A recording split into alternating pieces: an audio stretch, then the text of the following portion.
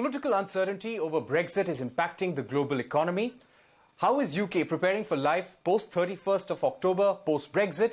Joining us today is the 691st Lord Mayor of the City of London, Peter Estlund. Thank you very much for joining CNBC TV 18. Pleasure. You were in Australia recently, before that in China and 20 other countries. Is this your way of fostering trade relationships independent of the European Union post 31st October? As you say, I'm the 691st Lord Mayor. For 830 years, the City of London has very much been at the heart of trade. So it's no surprise that year after year, Lord Mayors spend nearly half of their time travelling, promoting business. And that business in the 21st century is very much a business of financial and professional services and the digitisation of our industry. So that's the job, and that's what I enjoy doing. About your visit to India, you've often called yourself the chief envoy and salesman of the City of London. So what is the chief envoy here for? Is it especially to foster closer collaboration in the fintech space? Fintech is clearly part of it, but it's a much broader role. So first and foremost, the City of London as a physical place, but increasingly as we look to the UK, and financial and professional services is very much a UK business. You're right, I'm an ambassador for the business and looking for opportunities for British businesses to come to new markets and to grow in the markets where they've already established, but also to attract businesses to the UK. So, for example, whether it's the State Bank of India or whether it's some of the startups. I mean, you've got 20,000 startups here in India, 3,000 of them in fintech. So that's a fantastic opportunity for sort of knowledge partnership between our two countries. And that's really the joy, selling those opportunities. Right. So UK is home to about 250 foreign banks. It's a world leader in the fintech space. What are the companies that you're talking to here in India, and what kind of collaboration specifically are you looking for? So it's a varied range. I mean, in terms of the businesses that I've got with me on this particular visit, I've got Aon, I've got which is an insurance company. I've got Greenhills. I've got iProve, which is in the space of sort of modern facial recognition, technical recognition. On Fido, looking at the whole KYC. And so we're meeting, in fact yesterday we had a meeting with Paytm, we've met with businesses this morning that have already got establishment here. We're going on to Hyderabad to look at the insurance market as that's developing here in India.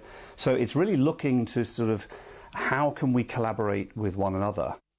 Let's not forget that the UK and India, we're the top 5 investors in each other's country.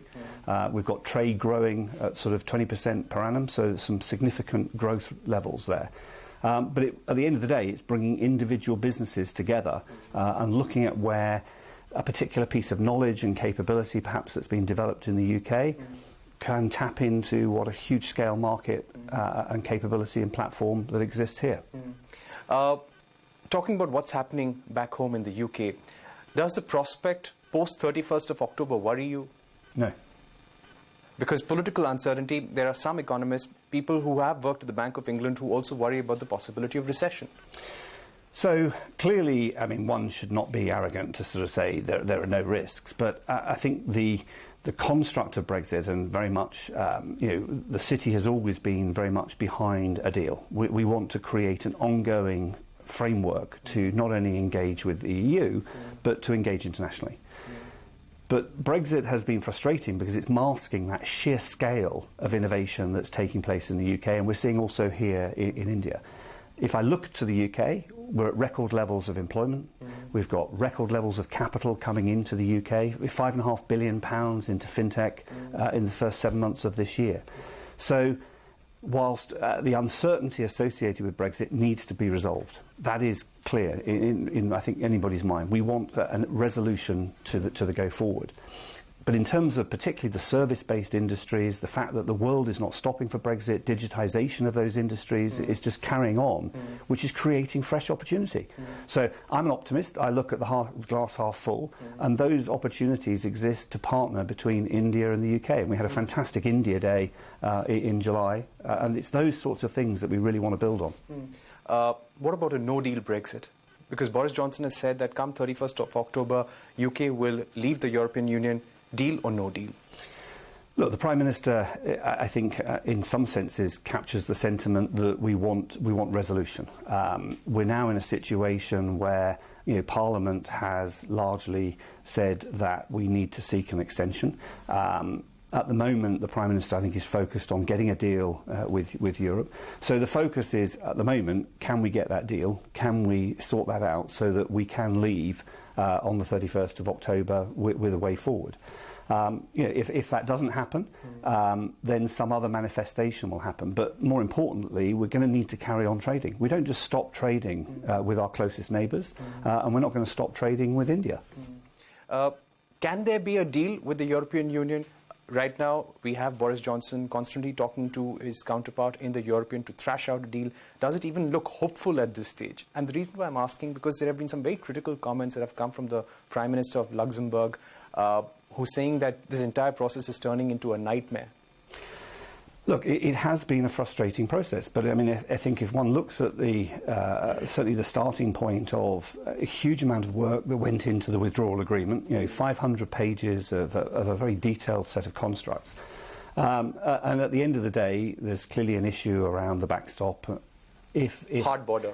The hard border, and these are the practicalities. How do you manage that when you've got that level of complexity? So it's not for me to sort of try and work through those solutions. I mean, better minds are doing that. What we're encouraging the government to do is to seek to get a deal. But of course, the government have then got to get Parliament behind that deal.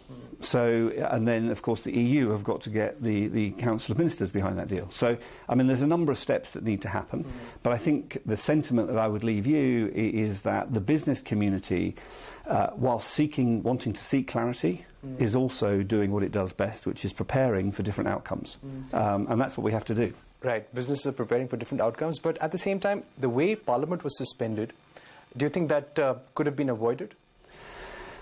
I mean, I'm not a politician in the sense of the mechanics of that. I mean, proroguing Parliament is not unusual. Maybe it's a longer period than we've had for a while. Because the intention is being questioned by the opposition. Yeah, I mean, I think the question is one of what was going to happen in that period, and we've had 2 years, and Parliament hasn't come up with a solution yet. So, I mean, look, it's not for me to comment on the mechanics, and of course, it's under judicial review. I think what would leave on the table for all politicians is how can we reach a deal, and each of them has a responsibility rather than to simply just put the issue off further and further down the line. What does time create? It creates possibility, but it also creates frustration because you're not creating an endgame. Is there any other option in case this deal is not reached? What will be the impact on businesses and investments coming in to the UK? Well, I come back to where I was before, which is that fundamentally, deals are being done. If I look at the scale of fintech, and we touched on it briefly, I mean, fintech has been growing at a phenomenal pace in the UK, and it's not the only industry. Health and life sciences, creative and media industries, cyber, and the scale of that growth is coming from international support. We've seen the growth in people, so nearly 80,000 people now in fintech. 42% of those are coming from abroad. If we look at the amount of capital that's coming into the UK, a significant proportion of that capital is coming from abroad. Why? Because irrespective of how Brexit unfolds and the micro elements of that, London is a global financial centre, and people want to continue, and businesses want to be a part of that. And so that's not going to go away, which is why I'm optimistic, because the world is changing and we're responding to that, whether it's through the digitisation, sustainability of our planet and the green finance, and the innovation that's coming out of London is creating those opportunities, and businesses around the world want to be part of that. So we're seeing almost as many businesses coming in as ones that are sort of looking at how they're expanding. Closer outreach towards the business community, not just in India but across the world, is the bigger focus right now. Making sure that there is closer cooperation, understanding of what the need of businesses are. What are the kind of trade deals that UK would like to focus on post-Brexit? Because now you would be working independent of the European Union, especially when it comes to South Asia, when it comes to India and China, Yeah. what is the kind of collaboration and the trade deal that you would be looking at?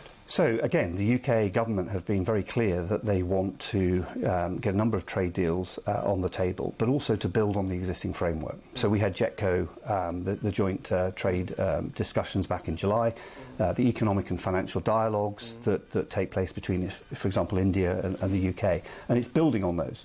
So if we can do it in layers, it's government to government setting out a framework around those trade deals, which also encourage services, because we're seeing more and more development of services between our countries.